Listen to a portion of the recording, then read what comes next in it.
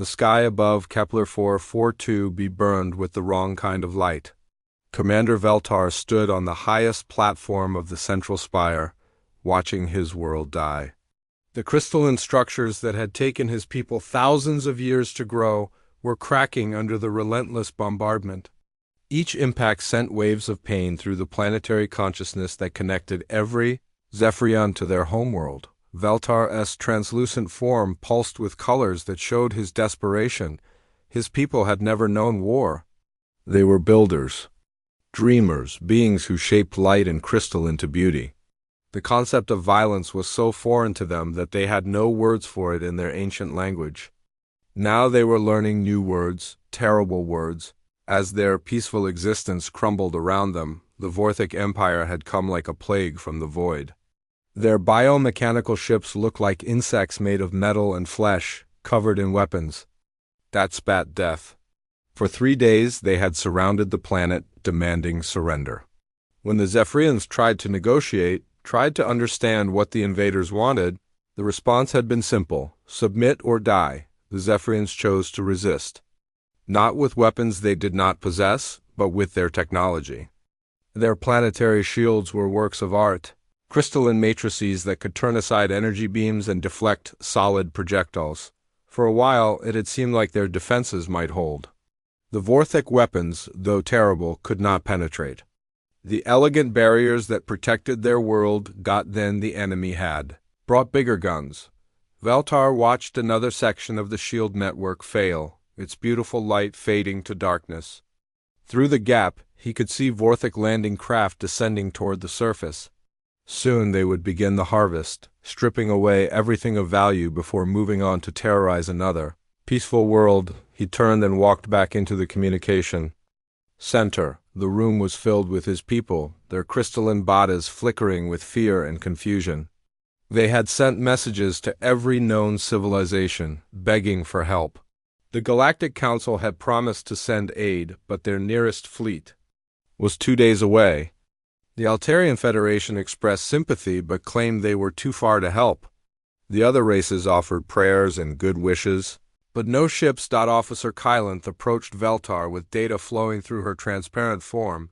She was young, barely past her first century, and her light patterns showed both fear and determination.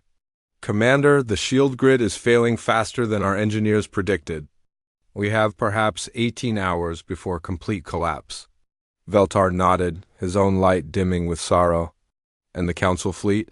47 hours away at best. The Altarians say they could reach us in 36 hours, but they refuse to engage the Vorthak without Council authorization, which will come too late. Veltar looked at the tactical display showing the enemy positions. The Vorthak had learned patience in their conquest of 47 worlds. They would wait for the shields to fail completely before beginning their final assault.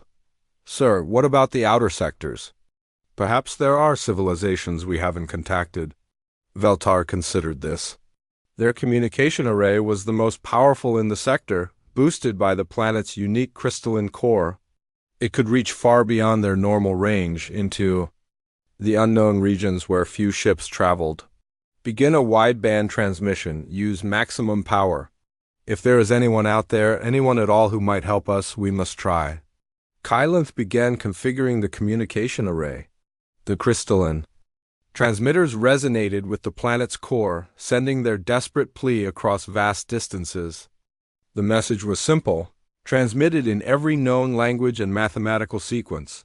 This is Kepler 442b. We are under attack by Vorthak forces. Planetary shields failing, requesting immediate assistance. We are a peaceful species with no military capability. Please help us. The transmission rippled outward through space, carried by quantum resonance and subspace channels.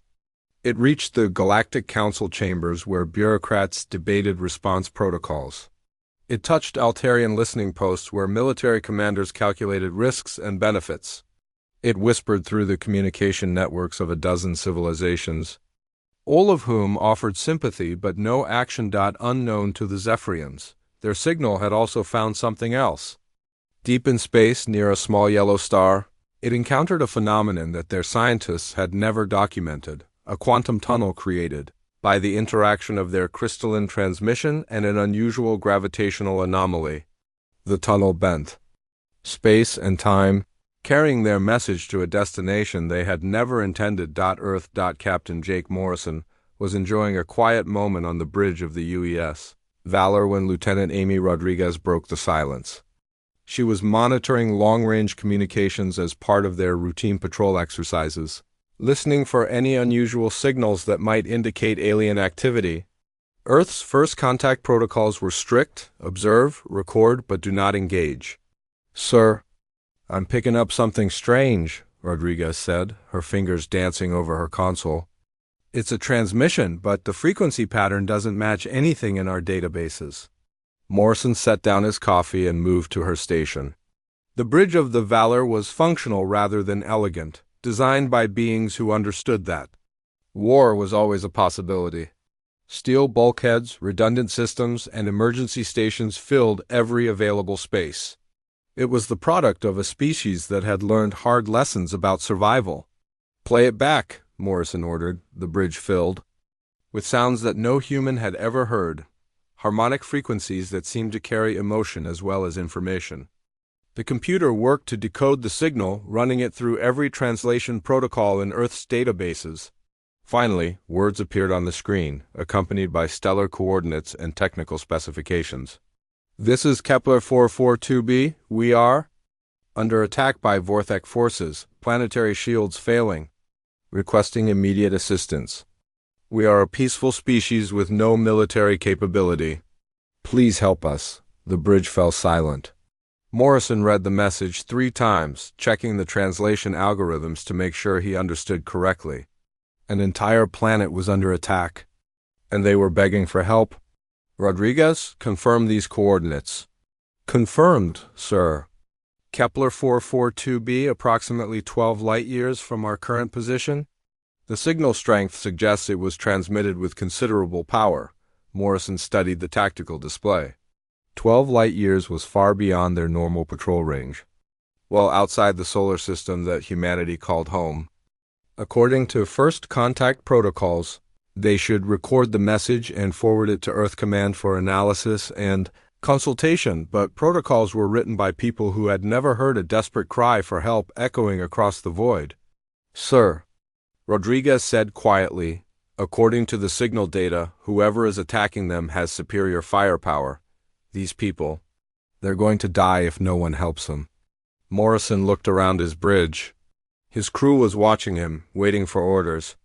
They were good people, professionals who had signed up to protect Earth and her colonies. But they were also human, and humans had a fundamental rule that transcended military regulations. "You don't abandon people who need help. Signal the fleet," Morrison said finally. "All ships prepare for quantum jump. We're going to investigate this situation." "Sir, that's outside our patrol parameters," his executive officer pointed out carefully. Morrison nodded. "I'm aware of that. Log my decision and the reasoning behind it. An unknown civilization is under attack and has requested assistance. We're the only ones close enough to respond." "The aliens might not even be friendly, sir. This could be a trap." "Maybe," Morrison agreed. But that signal didn't sound like a trap. It sounded like people who are about to die. He turned to his communications officer. "Send a message to Earth Command. Inform them that we've received a distress signal from an unknown civilization and are responding under emergency protocols. Include all the signal data and our projected course." As the U's Valor and her escorts prepared for their jump to unknown space, Morrison thought about his daughter back on Earth. She was about the same age as he had been when he first decided he wanted to serve in the fleet. He wondered what she would think of his decision to help strangers on a distant world. He hoped she would understand that sometimes the right thing to do was also the dangerous thing to do.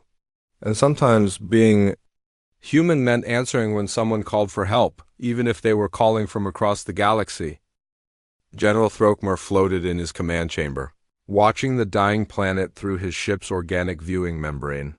The Vorthek flagship pulsed with life, its biomechanical hull breathing with the rhythm of a sleeping predator. Around him, 46 other ships waited in perfect formation, Their weapons trained on the crystalline world below. The general's compound eyes reflected satisfaction as he studied the tactical display. Another conquest was nearly complete. The Zephyrians had put up more resistance than expected with their energy shields, but all defenses eventually failed when faced with Vorthic determination. Soon their technology would belong to the Empire, and their world would join the growing list of harvested planets. Throckmor had been present at the conquest of Altair Prime, where the defenders had fought for 6 months before surrendering. He had led the assault on the Centauri colonies, where the humans' ancestors had watched their settlements burn from orbit. Each victory had been different, but they all ended the same way, with the Vorthak flag flying over another dead world. His tactical officer, a younger Vorthak with fresh scars from recent battles, approached with a data tablet grown from living bone. General, planetary shield strength is down to 12%. Estimated collapse in 16 hours. Excellent. Begin preparing the harvest teams. I want the extraction to begin the moment their defenses fail. The tactical officer hesitated. Sir, we're detecting quantum disturbances at the system's edge. Throckmor's attention shifted to the long-range sensors. Quantum signatures usually meant incoming ships. Probably the Galactic Council finally responding to the Zephyrians' desperate calls for help.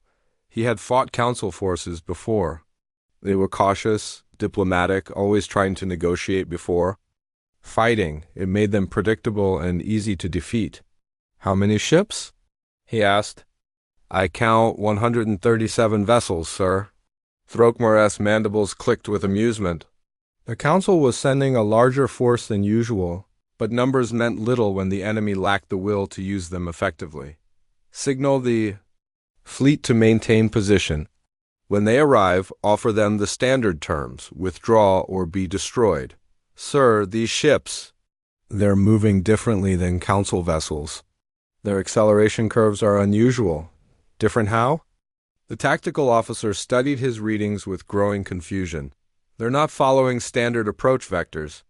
Council ships usually decelerate as they enter a system, taking time to assess the situation. These ships are accelerating. Heavily. 4. The first time since arriving at Kepler 442b, General Throckmor felt a flicker of uncertainty. In 47 conquests, he had never encountered behavior like this. Ships that accelerated into a hostile system were either desperate or supremely confident. He doubted these unknown vessels were desperate on the planet's surface. Commander Veltar watched the same quantum signatures appear on his sensors. Hope flickered through his crystalline form as he counted the approaching ships. 100.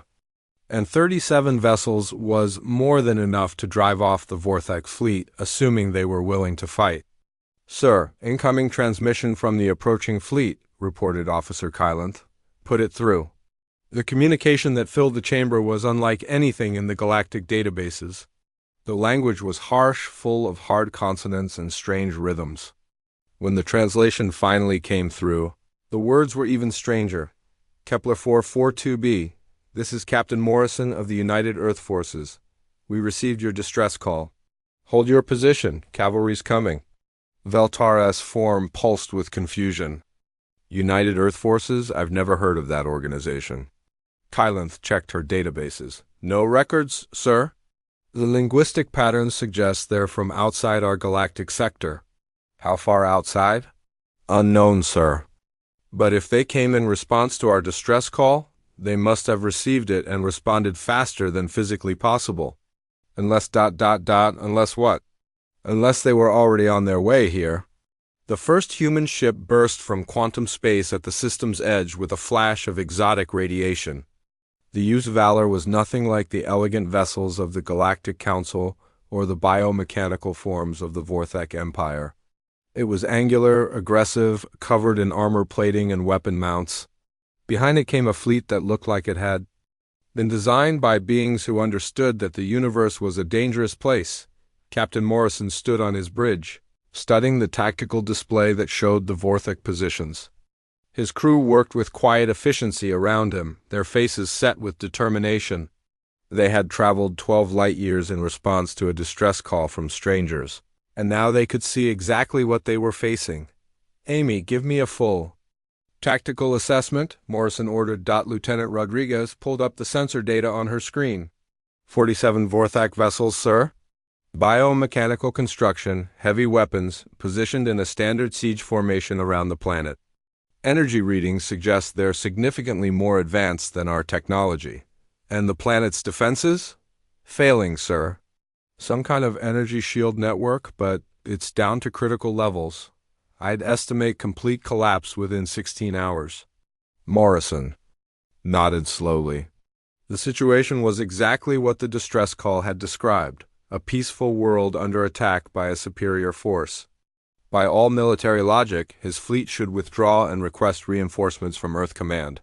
But Earth Command was 12 light-years away, and these people would be dead long before help could arrive. Signal the fleet, Morrison said. All ships assume attack formation. We're going in. His executive officer looked up from his station. Sir, they outnumber us and outgun us? Shouldn't we try negotiating first? Morrison's expression hardened. With people who attack peaceful worlds? I don't think so. The human fleet moved into formation with practiced precision. The ships spread out in a pattern that looked chaotic to galactic observers, but made perfect sense to beings who had learned warfare in Earth's oceans and skies. Smaller vessels took positions that would allow them to attack from multiple angles. Heavy cruisers formed the main assault line. Fighters launched from carrier ships and began moving toward the enemy fleet. General Throckmore watched the approaching force with growing alarm. These ships moved like predators, not like the cautious council fleets he was used to fighting. Their formation suggested they intended to attack immediately, without negotiation or warning. Signal the unknown fleet, he ordered. Standard terms. Withdraw or be destroyed. The response came back in that harsh, alien language. This is Captain Morrison. You have 60 seconds to surrender your fleet and withdraw from this system immediately. Throckmore's mandibles clicked with disbelief. The unknown commander was demanding his surrender. No one had dared make such a demand of the Vorthak Empire. In over a century, tell them we are the Vorthak Empire. We have conquered 47 worlds. They should flee while they still can. The human response was immediate. 50 seconds. They're bluffing, Throckmore decided. Signal the fleet to prepare for engagement. These primitives will learn the price of challenging the Empire. But as the human ships drew closer, moving with the coordinated precision of a pack hunt, the general found himself wondering if he had made a terrible mistake. These beings didn't move like civilized species. They moved like something that had evolved to kill on Kepler 442b. Veltar watched the confrontation with growing amazement. The unknown fleet was actually threatening the Vorthak Empire, demanding their surrender. It was either the bravest or most foolish action he had ever witnessed. Sir, the human ships are still accelerating. They're not slowing down for engagement. What does that mean? It means they're planning to fight at close range, sir. Very close range. Veltar studied the tactical display. Galactic warfare was typically conducted at long range with energy weapons and defensive shields. Ships that closed to short range were usually desperate or dying. But these human vessels seem to be choosing close combat deliberately. What kind of beings are they? He whispered. The answer came as the human fleet opened fire. But instead of energy beams or plasma bolts, they launched something else entirely. Solid projectiles moving at incredible speeds. The Vorthak ships, expecting energy weapons, found their bio-armor being torn apart by chunks of metal traveling at significant fractions of light speed. The Battle of Kepler 442b had begun, and it was unlike anything the galaxy had ever seen before. The first exchange of fire lasted exactly 37 seconds and changed everything the galaxy thought it knew about warfare. The Vorthak Empire had built their reputation on overwhelming force and superior technology. Their bioplasma weapons could melt through the strongest known armor. Their organic hulls could regenerate damage faster than most enemies could inflict it. For over 2 centuries, no force in the galaxy had successfully challenged them in open combat. The humans destroyed that. Reputation in half a minute, General Throckmor watched in disbelief as his forward ships disappeared under a storm of metal projectiles. The human weapons were primitive by galactic standards. Simple kinetic accelerators that hurled chunks of dense material at incredible speeds. But what they lacked in sophistication, they made up for in devastating effectiveness. Report, Throckmor demanded as his flagship shuddered under impact.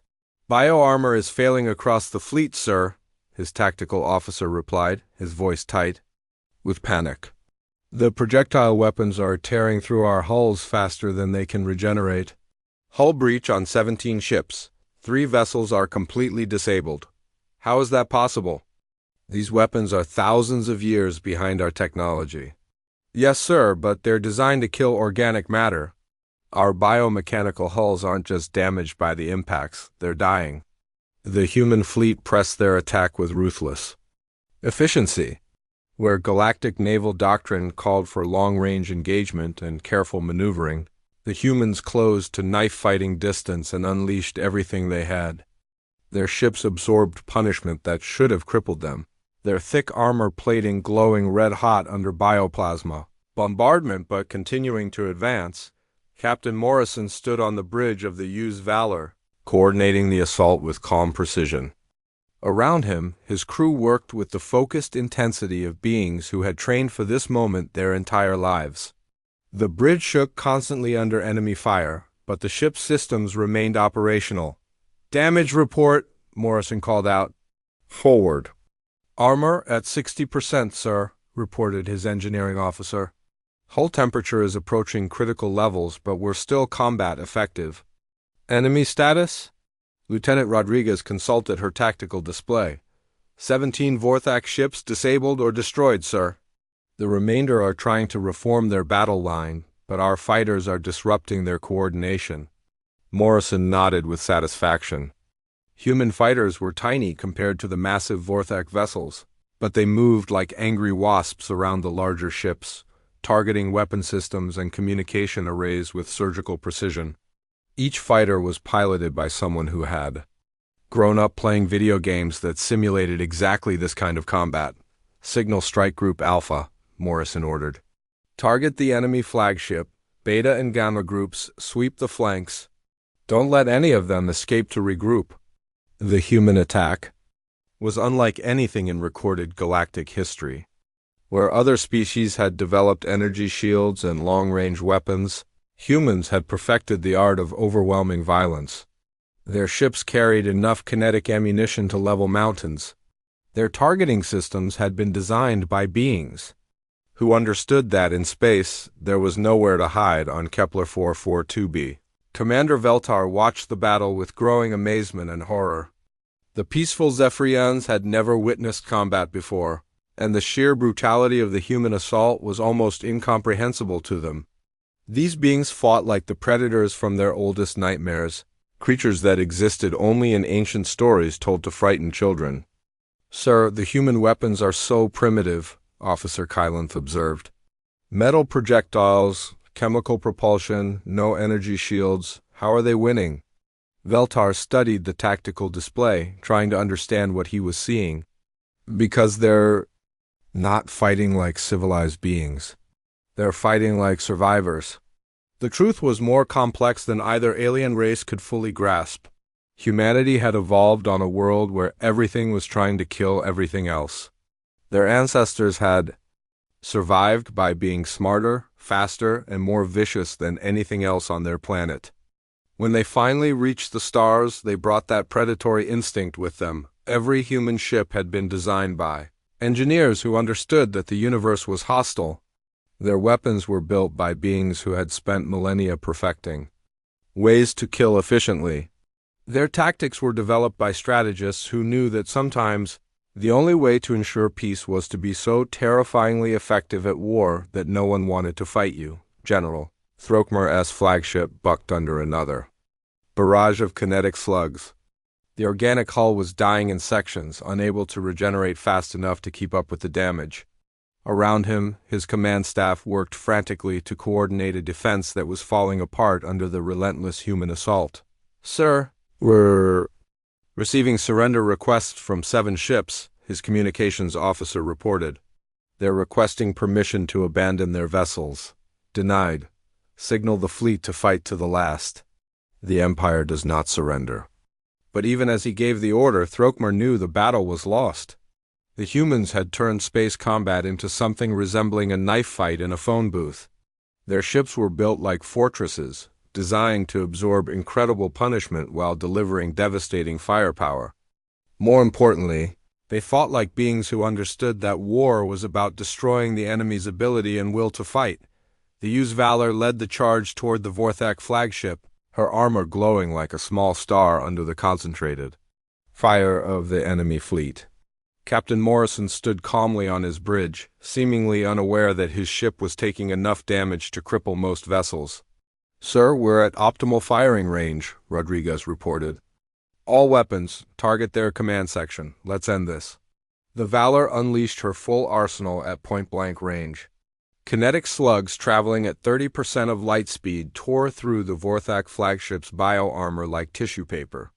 The massive vessel shuddered, its organic hull convulsing as vital systems died throughout its length. On the Vorthak command deck, General Throckmor felt his ship dying around him. The humans had done something no enemy had ever accomplished. They had hurt the Vorthak Empire badly enough to make it fear them. "Sir, hull integrity is at critical levels. We need to evacuate." Throckmor looked at the tactical display one last time. His fleet was scattered, burning, dying. The humans had taken his 47 ships and turned them into scrap metal in less than an hour. It was a defeat so complete that he could barely comprehend it. "Signal the remaining ships," he said quietly. "All vessels withdraw to jump distance. We retreat." But as the surviving Vorthak ships tried to disengage, they discovered that the humans had anticipated this move. The human fleet had positioned itself to cut off all escape routes, surrounding the aliens with the same methodical precision they had used in their attack. Captain Morrison's voice cut through the communication channels, speaking directly to the Vorthak commander. "General Throckmor, this is Captain Morrison. You came here to hurt peaceful people. That ends now." "You cannot destroy the entire Vorthak Empire," Throckmor replied, though his voice lacked its earlier confidence. "Watch." U.S. The human fleet began its final assault, and General Throckmor realized that his ships had encountered something far more dangerous than superior technology. They had met a species that understood war not as a political tool or a means of conquest, but as an existential necessity. These beings fought like everything depended on winning, because in their evolutionary history it always had. General Throckmor had conquered 47 worlds in his lifetime, but he had never faced anything like the humans. The biomechanical flagship that had served him through decades of victories was dying around him, its organic hull writhing in agony as human kinetic weapons tore through systems that had been grown rather than built. Emergency lighting cast strange shadows across the command deck as his crew struggled to keep their ship operational. "Hull integrity at 28% and falling," his engineering officer reported. "The bio-armor can't regenerate fast." "Enough, we're losing entire sections." Throckmor studied the tactical display with growing desperation. His fleet, once the terror of this galactic sector, was being systematically destroyed by beings whose technology seemed centuries behind the Vorthak Empire. But primitive or not, their weapons were devastatingly effective against organic hulls. "Sir, incoming transmission from the human flagship? Put it through." Captain Morrison's image appeared on the main screen. The human looked unremarkable by galactic standards, but there was something in his eyes that made even the battle-hardened Vorthak general uncomfortable. It was the gaze of a predator that had already decided its prey was going to die. "General Throckmor," Morrison said, his voice carrying absolute authority, "I'm giving you one final chance to surrender your remaining ships and withdraw from this system." Throckmor's mandibles clicked in what might have been laughter, though the sound held no humor. "You dare threaten the Vorthak Empire? We have conquered worlds when your species was barely out of its caves. Our technology spans galaxies." "Your technology is impressive," Morrison agreed calmly, but you made one critical mistake. And what is that? You picked a fight with someone who fights back? The general's compound eyes narrowed. This human spoke with the confidence of someone who had never known defeat, but that was impossible. Every species learned caution eventually, usually after suffering losses that taught them the value of restraint. Your primitive weapons cannot stand against the might of the Empire. We have destroyed civilizations more advanced than yours. I'm sure you have, Morrison replied. But those civilizations probably tried to reason with you first. They probably hoped for a diplomatic solution. They probably believed that rational beings could find peaceful answers to their problems. As all intelligent species should? Morrison's expression didn't change. General, my species stopped believing in the rationality of the universe about 50,000 years ago. We learned that sometimes the only way to stop a predator is to be a bigger predator. On the bridge of the UES Valor, Lieutenant Rodriguez monitored the enemy fleet's movements. The Vorthak ships were trying to regroup, but human fighters continued to harass them like wolves attacking a herd of frightened animals. Each time the aliens attempted to form a defensive line, another group of human vessels would appear from an unexpected angle, forcing them to scatter again. Sir, enemy fleet is at 40% strength and falling, she reported. Several ships are attempting to reach jump distance, but our interceptors are cutting them off. Morrison nodded without taking his eyes off the Vorthak general. You see, General, this is what happens when you attack peaceful people within range of Earth. We don't negotiate with bullies. We don't try to understand their motivations. We don't seek diplomatic solutions. Then what do? We end the threat permanently? The words were spoken with such matter-of-fact certainty that Throckmor felt something he hadn't experienced in decades. Genuine fear. This human wasn't making threats or trying to intimidate him. He was simply stating facts about what was going to happen. Sir, his tactical officer interrupted, 3 more ships have been disabled. The humans are targeting our propulsion systems specifically. They're not trying to destroy us quickly. They're making sure we can't escape. Throckmor realized the horrible truth. The humans weren't just winning this battle. They were ensuring that none of his ships would survive to report back to the Empire. This wasn't warfare as the galaxy understood it. This was extermination. On Kepler 442b, Commander Veltar watched the systematic destruction of the Vorthak fleet with a mixture of relief and terror. The crystalline beings had hoped for rescue, but they hadn't expected their saviors to be so utterly ruthless. The humans fought with an efficiency that spoke of long experience with violence. Sir, the human combat doctrine is unlike anything in our databases, Officer Kylanth observed. They're not trying to disable enemy ships or force surrender. They're trying to eliminate the entire threat. Veltar's crystalline form pulsed with understanding. They're not fighting a battle. They're preventing future battles. What do you mean? If any Vorthak ships escape, they'll report back to their empire. More ships will come with better preparation and heavier weapons. The humans are ensuring that doesn't happen. It was a strategy that made perfect sense from a survival standpoint, but it required a level of commitment to violence that most galactic civilizations found disturbing. The humans weren't just defending Kepler 442b.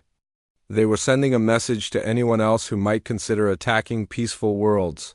Back on the dying Vorthak flagship, General Throckmor made his final desperate play. Human, you don't understand what you're doing. The Vorthak Empire spans hundreds of worlds. If you destroy this fleet, they will send armadas to hunt down your species. Your entire civilization will burn. Morrison's expression finally changed, but not in the way Throckmor had hoped. The human smiled, and it was the most terrifying thing the general had ever seen. General, let me explain something about humans. We evolved on a planet where everything was trying to kill us. The weather, the animals, the plants, even the bacteria. We survived by being better at killing than anything else on our world.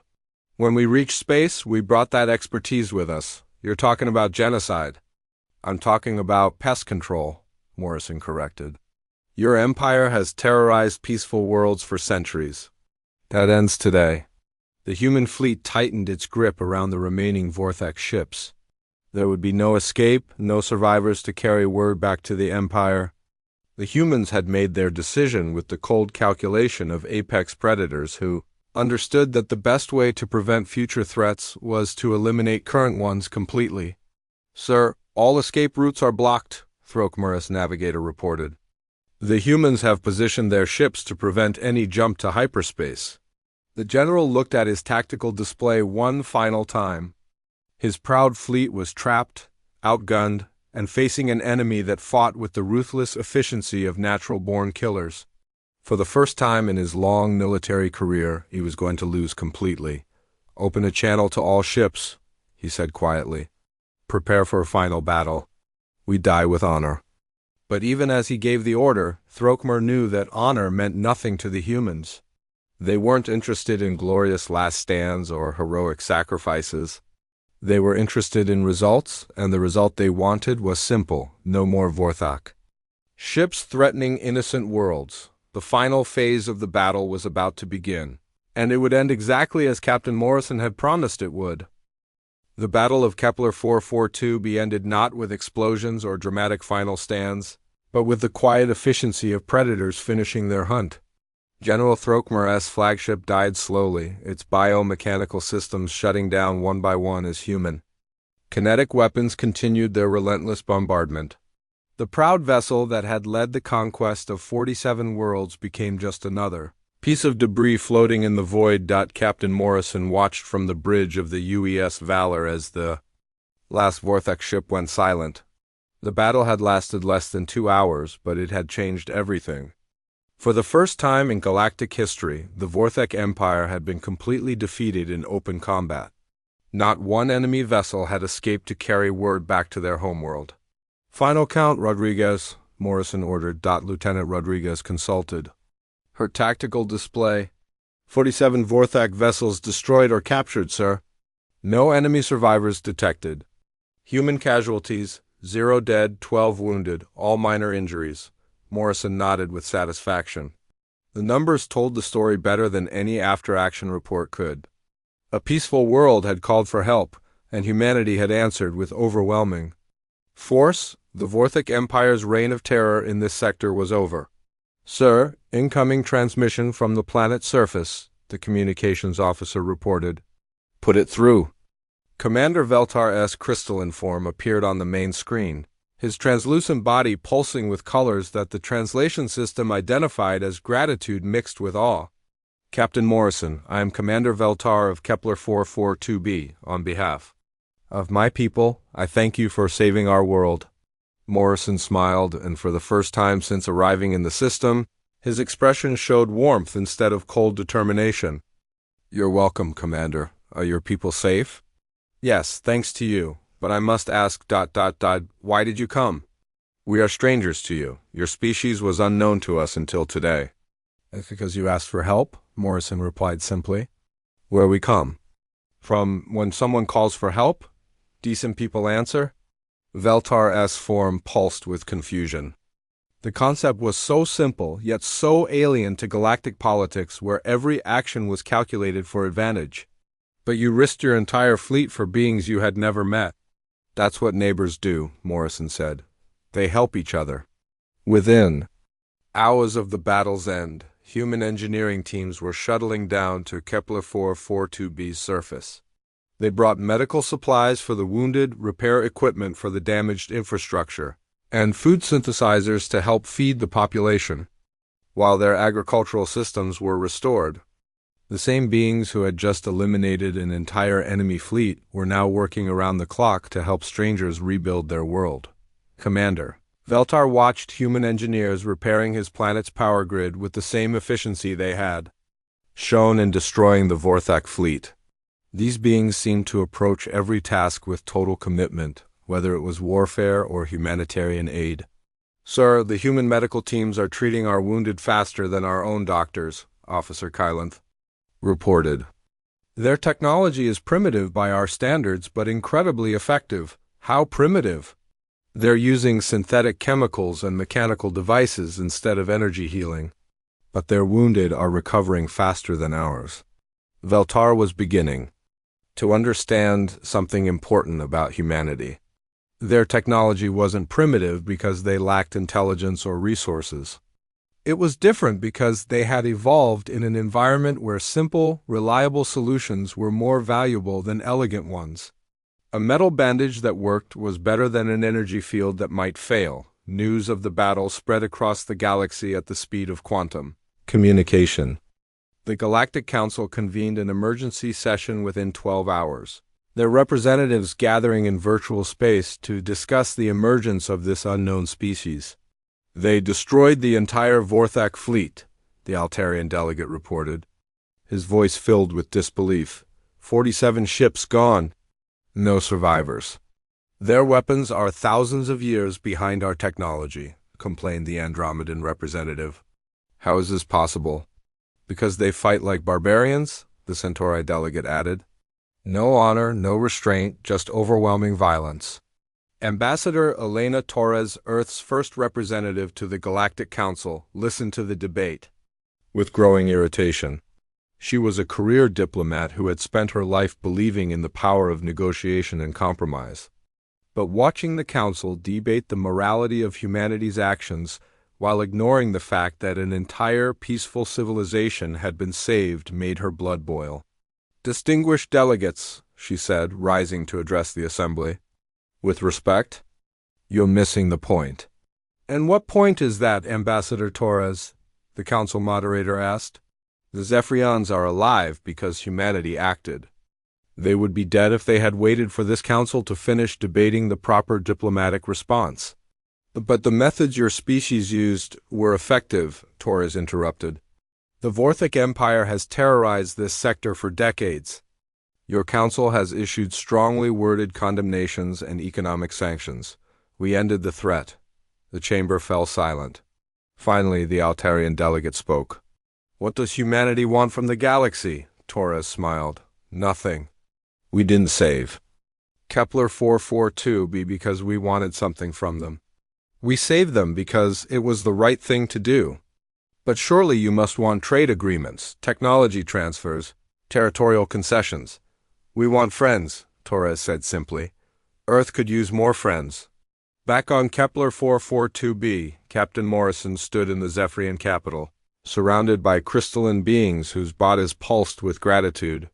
His engineering teams had worked for 3 days straight to repair the damage from the Vorthak siege.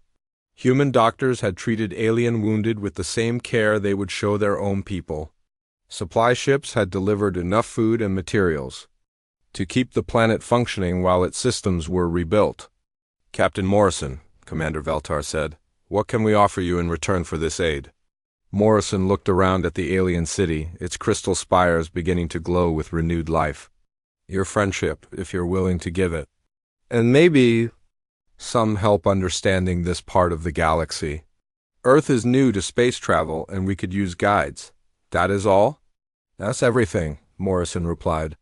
We didn't come here to conquer or exploit, we came here to help. As the human fleet prepared to depart, leaving behind a small diplomatic mission and a promise to return if needed, Commander Veltar realized that the galaxy had changed forever. Humanity had announced its presence not with threats or demands, but with action. They had shown that sometimes the best way to introduce yourself to the universe was to help someone who needed it. The age of human expansion into the galaxy had begun not with conquest, but with compassion. And perhaps that was the most human thing of all, the ability to be utterly ruthless toward those who threatened innocence, while showing infinite kindness to those who needed help. The stars would never be the same.